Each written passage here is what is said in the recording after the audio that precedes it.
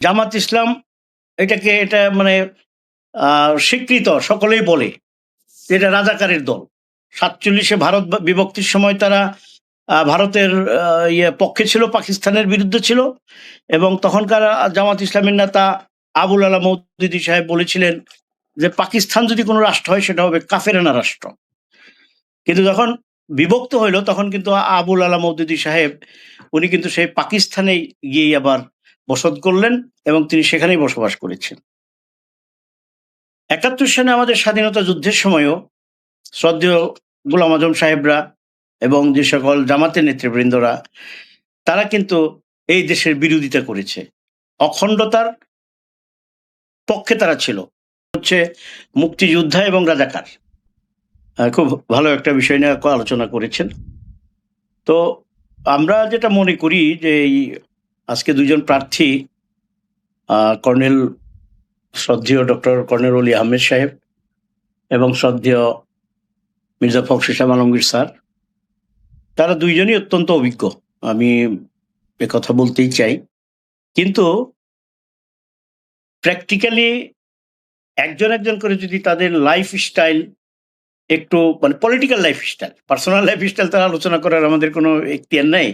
Political lifestyle যেটা আমরা যদি একটু আলোচনা করি তাহলে দেখা যাবে যে মির্জা ফখরুল ইসলাম আলমগীর স্যার ওনার রাজনৈতিক প্রজ্ঞা, রাজনৈতিক আনুগত্য এবং রাজনৈতিক যে মানে ধারাবাহিক ক্রমাগতভাবে যেটা চলে আসছে, এইটার সাথে কর্নেল অলি আহমেদ সাহেবের ওনার কিছুটা পার্থক্য আছে। যেমন কর্নেল অলি আহমেদ সাহেব উনি একজন মুক্তিযোদ্ধা, এটা কেউ অস্বীকার করি না। আর বাপ রাজাকার হইলেই সন্তান রাজাকার হয়ে যায়, সেটাও আপনারা বলতে পারেন, আমি এটা নিয়ে দ্বিমত করব না। কিন্তু আমরা যদি একটা জিনিস দেখি যে মানুষ যখন যাহা করে তার উপরই তার ছাপ পড়ে যায়। আমার মনে হয় কথাটা বুঝাইতে পারি নাই। যেমন জামাত ইসলাম এটা মানে স্বীকৃত, সকলেই বলে যে এটা রাজাকারের দল। ৪৭-এ ভারত বিভক্তির সময় তারা ভারতের পক্ষে ছিল, পাকিস্তানের বিরুদ্ধে ছিল এবং তখনকার জামাত ইসলামের নেতা আবুল আলা মওদুদি সাহেব বলেছিলেন যে পাকিস্তান যদি কোনো রাষ্ট্র হয় সেটা হবে কাফেরানা রাষ্ট্র। কিন্তু যখন বিভক্ত হইল তখন কিন্তু আবুল আলা মওদুদি সাহেব উনি কিন্তু সেই পাকিস্তানেই গিয়েই আবার বসত করলেন এবং তিনি সেখানেই বসবাস করেছেন। ৭১ সালে আমাদের স্বাধীনতা যুদ্ধের সময়ও শ্রদ্ধেয় গোলাম আজম সাহেবরা এবং যে সকল জামাতের নেতৃবৃন্দরা তারা কিন্তু এই দেশের বিরোধিতা করেছে। অখণ্ডতার পক্ষে তারা ছিল।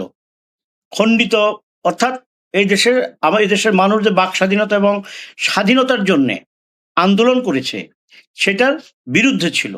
যেই কারণে তাদেরকে রাজাকার হিসাবে তকমা দেওয়া হয়েছে বা রাজাকার বলে সম্বোধন করা হয়।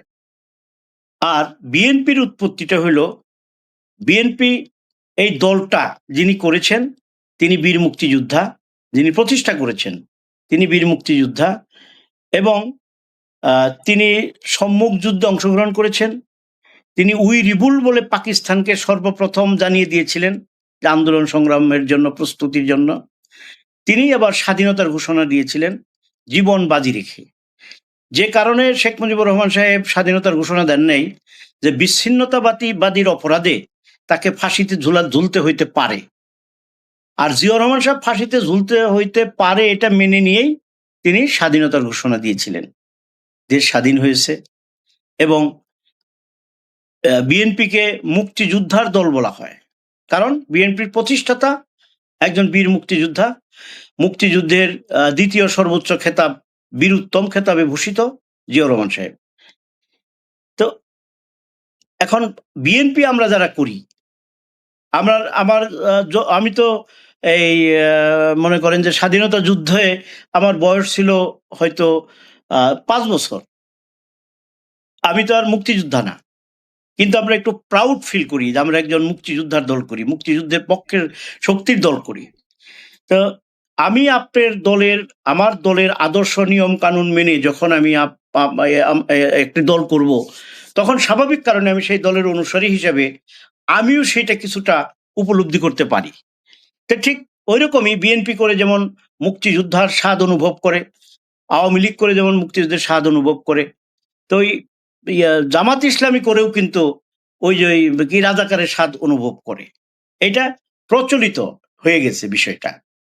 তো এখন আমরা একজনকে একটা গালি দিতেই পারি। রাজাকার একটা গালি হয়ে গেছে, গুপ্ত একটা গালি হয়ে গেছে, এবং এই কথাগুলো আমরা কিন্তু বলিই হইল স্বাভাবিক পরিসরে বলি, আর যেকোনো অনুষ্ঠানেই বলি না কেন।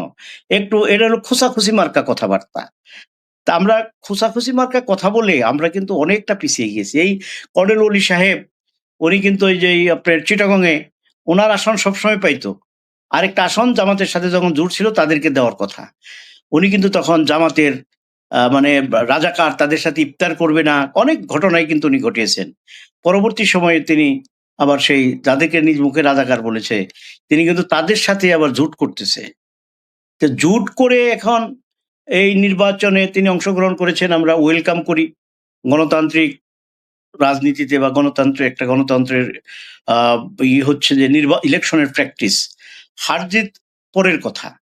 কিন্তু এইখানে আমি মানে অনেকটা কনফিডেন্টলি বলতে পারি যে আমাদের দেশের যে সংবিধান, আমাদের দেশের যে পারিপার্শ্বিক অবস্থা, তাতে করে আ আমার মনে হয় না যে ওনার কর্নেল ওলি সাহেবের বিজয়ী হওয়ার কোনো সম্ভাবনা আছে।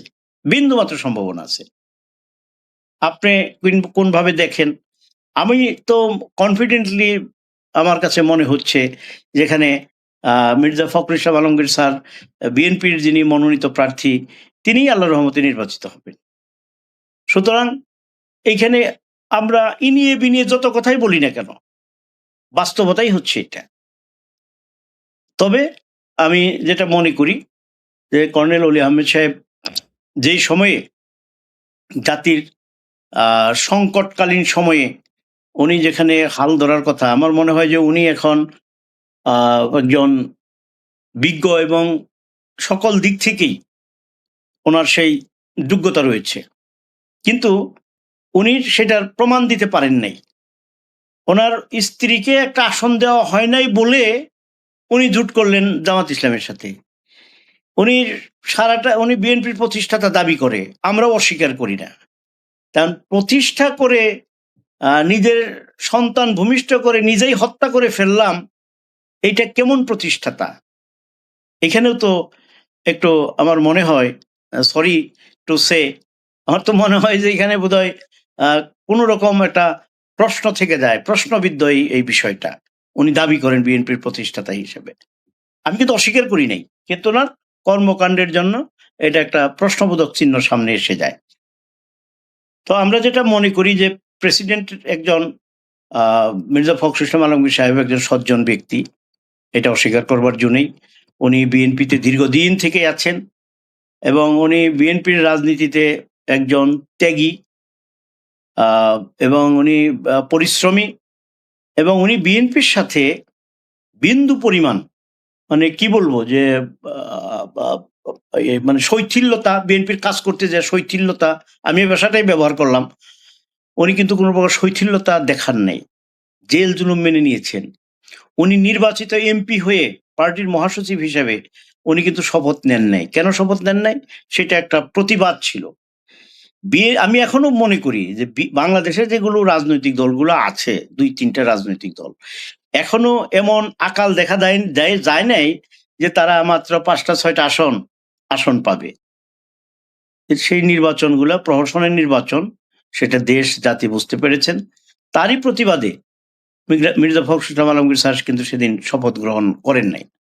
তিনি শপথ গ্রহণ করলে এমপি হিসাবে যত সুযোগ সুবিধা তিনি পাইতেন, তিনি সংসদে গিয়ে একটা ভূমিকা রাখতে পারতেন। কিন্তু উনি মনে করেছেন ওই ভূমিকা এবং সুযোগ সুবিধা গ্রহণ করার চাইতে আমি যদি প্রতিবাদ হিসেবে এই শপথ গ্রহণ না করি এবং আমি যদি রিজাইন করি, সেটাই হবে সবচাইতে উত্তম। সুতরাং তার কন্ট্রিবিউশনকে ছোট করে দেখবার কোনো কারণ নাই। জি? তার একটু শেষ করতে কন্ট্রিবিউশন পারি একটু ছোট একটু করে শেষ দেখবার করতে কোনো পারি কারণ নাই।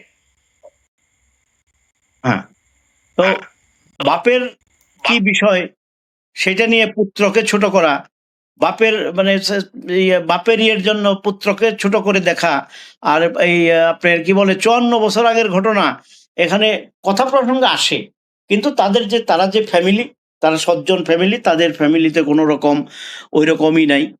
আপনার মনে করেন যে মানুষের যে স্বভাব চরিত্র যেটা থাকে, সেখানে বিন্দুমাত্র কোনো রকম কুৎসিত কিছু আছে বলে আমার অন্তত জানা নেই। আমি সাংগঠনিক কাজের জন্য যখন রংপুর বিভাগে দায়িত্ব পালন করেছি, তখন আমি ঠাকুরগাঁওতেও গিয়েছি। ওনাদের যে জনপ্রিয়তা, এবং ওনার বাবা পৌর মেয়র ছিলেন দীর্ঘদিন, পৌর চেয়ারম্যান ছিলেন বহু আগে, উনি নিজে ছিলেন। ওনাদের রাজনীতিটা কিন্তু আজকে নতুন করে শুরু করেন নাই। ওনারা রাজনৈতিকভাবেই, ওনারা বড় ব্যবসায়ী, প্রতিষ্ঠিত ব্যবসায়ী হয়ে রাজনীতিতে আসেন নাই। ওনারা চাকরি জীবন শেষ করে রিটায়ারমেন্টে এসে তারপরে রাজনীতিতে আসেন নাই। ওনাদের রাজনৈতিক পরিবার, আপনারা একটু খোঁজ নিয়ে দেখবেন। ধন্যবাদ আমি ভাই, যদি কথাটা একটু সঠিক